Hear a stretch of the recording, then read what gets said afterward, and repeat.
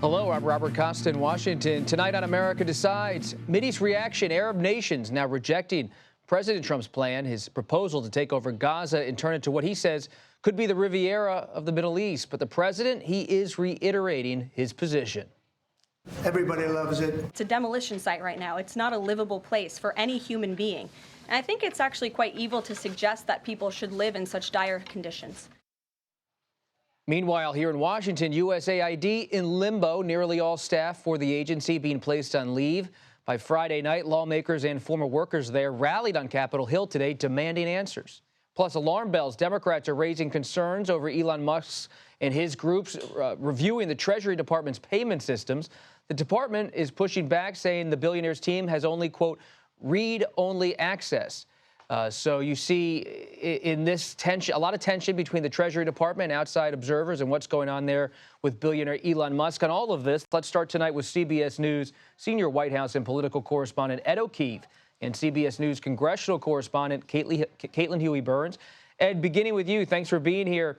With criticism coming in from across the Middle East, how is President Trump planning on getting this done? Is it a real proposal or not?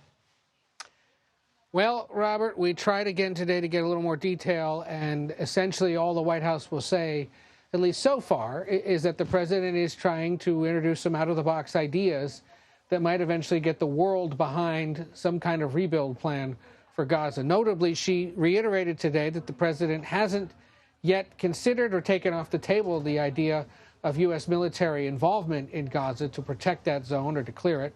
And after the president yesterday suggested the permanent resettlement of people from the Gaza Strip, today she suggested they might be temporarily relocated while the Strip was rebuilt. Now, how would that work? Where would they go? How much would it cost to rebuild it?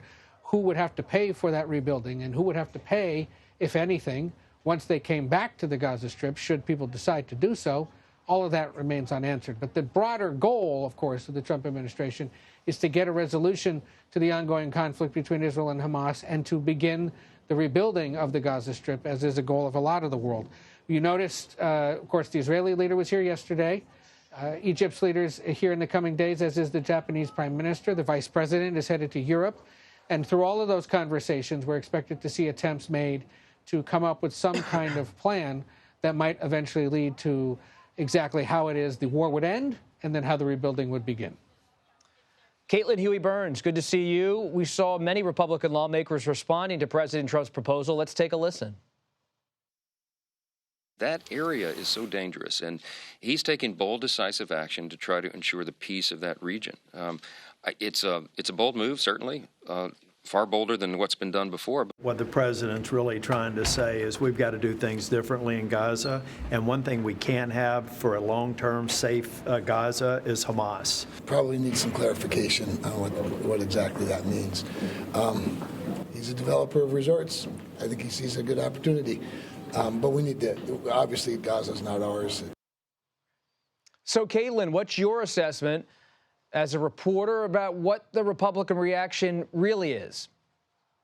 Yeah, well, you heard the senator in that last bite say they need more clarification, and today they sought it.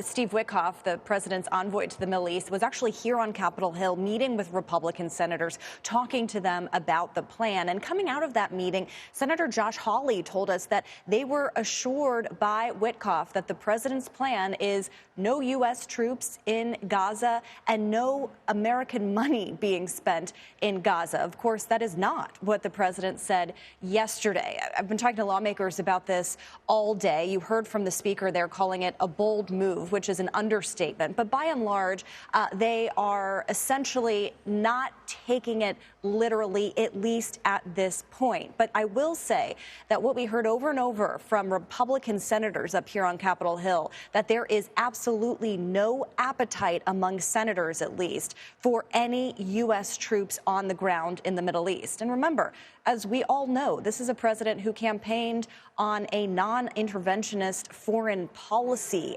A lot of his foreign policy and a lot of what has revved up his base of support is a reaction to traditional Republican policy, especially during the Bush years and foreign intervention. And so this seemingly on its face, obviously runs counter to that. But it does set up an interesting dynamic that we've seen on a variety of issues here on Capitol Hill, where lawmakers are, forced to respond to the president. But this time around, they are seeming to give him more deference, more latitude, more leeway, and broader interpretation of what he means. But it was telling that Witkoff was up here talking to lawmakers. And Elon Musk covers over so much of these discussions, whether it's about foreign policy or especially now with domestic policy. Let's listen to what Caitlin's exchange with Senator Thom Tillis, a Republican of North Carolina. Are you concerned about Elon Musk's role in all of this? No. And that because everybody needs to understand, and maybe somebody will report this honestly, is that Elon Musk is he reminds me of a strategist that I used to engage in big transformation projects back when I was in the private sector. He's throwing out big ideas. And if anybody thinks that all of these big ideas are going to be implemented to conclusion, they don't understand the process of disruption. So, Ed, you heard Caitlin Huey-Burns and her exchange there with Senator Tillis. What's the mood up at 1600 Pennsylvania Avenue about Elon Musk and whether what he's doing is really what President Trump wants him to be doing? The attitude is keep going and keep finding examples of what could be done to save money and to slash the size and scope of the federal government. And based on what the president has said this week, based on what his aides say, he has, permission, not necessarily carte blanche, but the ability and the expectation to go into these places, try to see what's going on, determine if there are ways to perhaps streamline operations, and find ways to shave money off of the federal coffers. And so whether it's going into various agencies and telling the probationary employees, as we expect in the coming days, that your days here are over, whether it's merging USAID into the State Department but maintaining some level of foreign assistance, whether it's going over to the Treasury Department behind us and getting a sense of how those computer systems work that make the payments of the federal Treasury, and then seeing where potentially money could be saved or at least could be diverted. As Senator Tillis said, that's the goal. Now, a lot of this is going to require congressional involvement. Much of it, if it is ever implemented, is going to be challenged in court, and we're seeing that already this week when it comes to some of the personnel moves that they're trying to make. But all of it fulfills the campaign pledge of the president to disrupt the way Washington operates, to slash the size and scope of the federal government, and to, in essence, upend how things have been done and the people who do it here in Washington and across the country.